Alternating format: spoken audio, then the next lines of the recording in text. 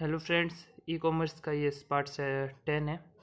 ठीक है, इस वीडियो में हम डिस्कस करेंगे business environment. Okay, business environment का मतलब हम जानते ही हैं, सराउंडिंग्स, हमारे आसपास का इन्वायरमेंट। हाँ, तो सराउंडिंग एक बिजनेस जो होता है इंटरनल एंड एक्सटर्नल इन्वायरमेंट दोनों पे डिपेंड करता है। इंटरनल इन्वायरमेंट क्या हो जाएगा, बिजनेस के अंदर का इन्वायरमेंट, और एक्सटर्नल बिजनेस के बाहर का इन्वायरमेंट। तो कुछ फैक्टर्स होते हैं जिस पे इंटरनल एंड एक्सटर्नल फैक्टर्स होते हैं जिस पे बिजनेस डिपेंड करता है, उसको हम एक एक करके डिस्कस करेंगे।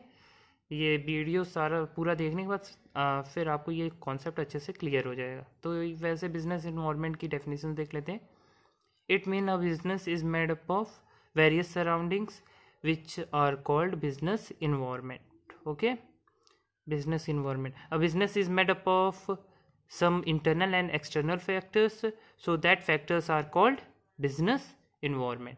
Okay, तो इंटरनल एंड एक्सटर्नल फैक्टर्स की बात कर लें तो ये यहाँ पर कुछ फैक्टर्स है, जैसे कि इकोनॉमी हो गई। पहला पॉइंट है हमारा फैक्टर में इकोनॉमी। तो इकोनॉमी क्या होता है, कैसे एक बिजनेस इकोनॉमी में डिपेंड करता है। तो उससे पहले एक डेफिनेशन देख लेते हैं इसकी। If the economy is go through a recursion, it is abuse that business because at that time demand of product is decreases in the economy. Okay, तो बताना चाहता है हमारे इकोनॉमी पे एक बिजनेस या एक कंपनी ऑर्गेनाइजेशन टोटली डिपेंड करता है। ठीक है, क्योंकि अगर हमारी इकोनॉमी रिकर्सन मतलब डाउन चलेगी, हाँ, डाउन रहेगी हमारी इकोनॉमी, डिमांड तब कम रहेगी चीज़ों की, जिसकी वजह से बिजनेस पे डायरेक्टली इम्पैक्ट पड़ता है। ठीक है, तो उस केसेस में अगर किसी देश का इकोनॉमी ख़राब है तो वहाँ पर हम अपने बिजनेस, कोई नया बिजनेसमैन है तो वो अपने बिजनेस को वहाँ स्टार्ट नहीं करेगा। ठीक है, वो क्यों लॉस चाहेगा। तो वही बता रहा है यहाँ पर कि ऐसे केसेस में जो डिमांड होती है प्रोडक्ट की वो बहुत ही कम होती है। ठीक है, क्योंकि इकोनॉमी डाउन है। ओके, तो इस वजह से लोग ज़्यादा परचेज नहीं करेंगे तो कंपनी का लॉस होगा। तो ऐसी जगह कोई क्यों अपना बिजनेस स्टार्ट करना चाहेगा। On the other hand, a boom period will led a higher business profit. और अगर वही इकोनॉमी अच्छी रही, ठीक है, तो उस केसेस में क्या होगा, वहाँ पर ग्रोथ रेट ज़्यादा दिखेंगे बिजनेसमैन्स को, तो वहाँ पर वो अपने बिजनेस स्टेबल करना चाहेंगे।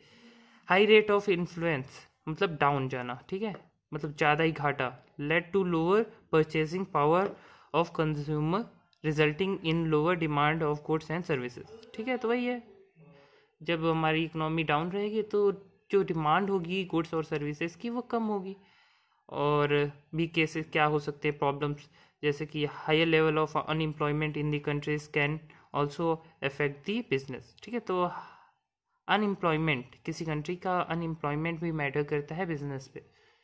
ठीक है, तो जहाँ पर ज़्यादा एम्प्लॉयमेंट होगा वहाँ पर बिजनेसमैन अट्रैक्ट होते हैं अपने बिजनेस को स्टार्ट करने के लिए। हाँ, peoples will not have enough money to purchase a farm product. ठीक है, तो जब अनएम्प्लॉयमेंट होगा तो लोगों के पास पैसा नहीं होगा, और पैसे नहीं होंगे तो वो प्रोडक्ट, जो प्रोडक्ट्स होंगे उन्हें खरीदने से मतलब नहीं खरीदेंगे। ठीक है, कम से कम खरीदने की कोशिश करेंगे, ऐसा है। ठीक है, तो ये तो हमारा पहला फैक्टर हो गया इकोनॉमी। दूसरा फैक्टर है टेक्नोलॉजी। ओके, तो टेक्नोलॉजी आजकल तो हर बिजनेस फील्ड में, ठीक है, हर कंपनी, हर ऑर्गेनाइजेशन में टेक्नोलॉजी बहुत ही इंपॉर्टेंट रोल प्ले करता है। तो टेक्नोलॉजी के बारे में थोड़ा देख लेते हैं। In today's modern days technology play a important role in the field of business.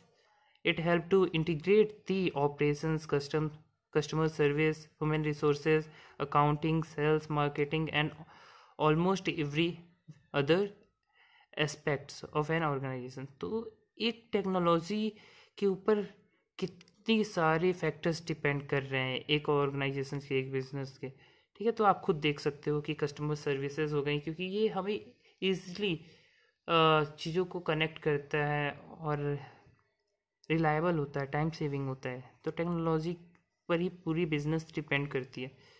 तो एक टेक्नोलॉजी भी एक इम्पॉर्टेंट फैक्टर है। हमें टेक्नोलॉजी, नए से नए टेक्नोलॉजी का यूज़ करना चाहिए अपने बिजनेस में, जिससे कि हम अपने कॉम्पिटिटर को कॉम्पिटिट कर सकें ना। Having a knowledge of latest technology help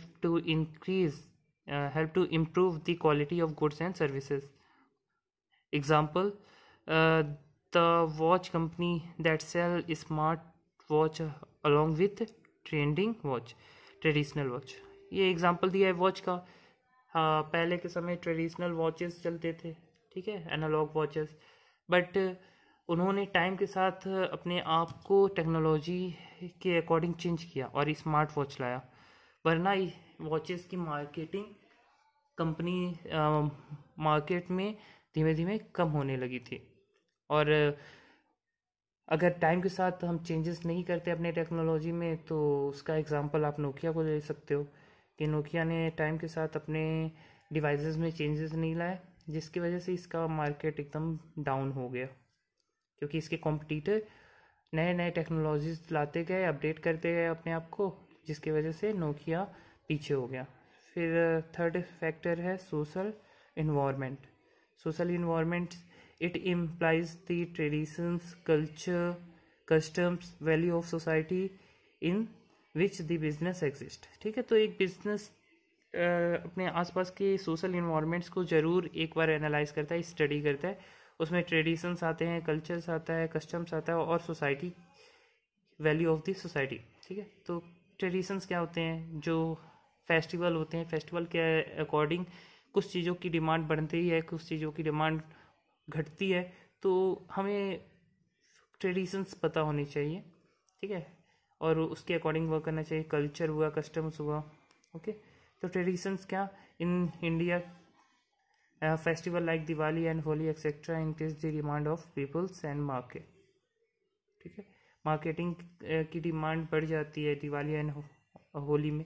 तो इस केसेस में जब फेस्टिवल का सीज़न आता है, तो हमें अपने प्रोडक्शन, जो प्रोडक्ट की डिमांड होती है वो मैक्सिमम होती है, तो हमें प्रोडक्शन उस समय इंक्रीज मतलब लार्ज अमाउंट में करना चाहिए, ओके, ताकि हमारी प्रोडक्ट कहीं से कम ना पड़े लोगों के लिए, ओके।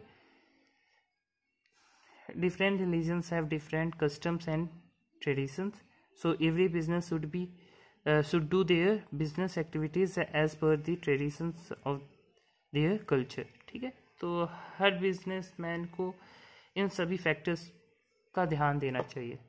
अपने सोशल इन्वायरमेंट्स पर ज़्यादा फोकस करना चाहिए, अगर वो चाहता है कि उसका बिजनेस बूस्ट करे और उसके प्रोडक्ट्स ज़्यादा से ज़्यादा मार्केट में बिके। ठीक है, labour, most important factor company या ऑर्गेनाइजेशन या किसी इंस्टीट्यूट के लिए। Labour play a important role in the production of product, okay. Labour इसीलिए इम्पॉर्टेंट है क्योंकि लेबर के बिना कोई प्रोडक्शन किसी भी प्रोडक्ट का हो ही नहीं सकता। Worker use tools and equipments to turn input into output. Without skilled worker, employers could not produce goods and services and earn profit, okay. Labor help to organize and labor help the organization to get their goal। ठीक है, तो labours की ये बात हो गई। तो overall हमने यहाँ पर 4 फैक्टर्स डिस्कस कर लिए और ये था हमारा business environment, okay. Thank you.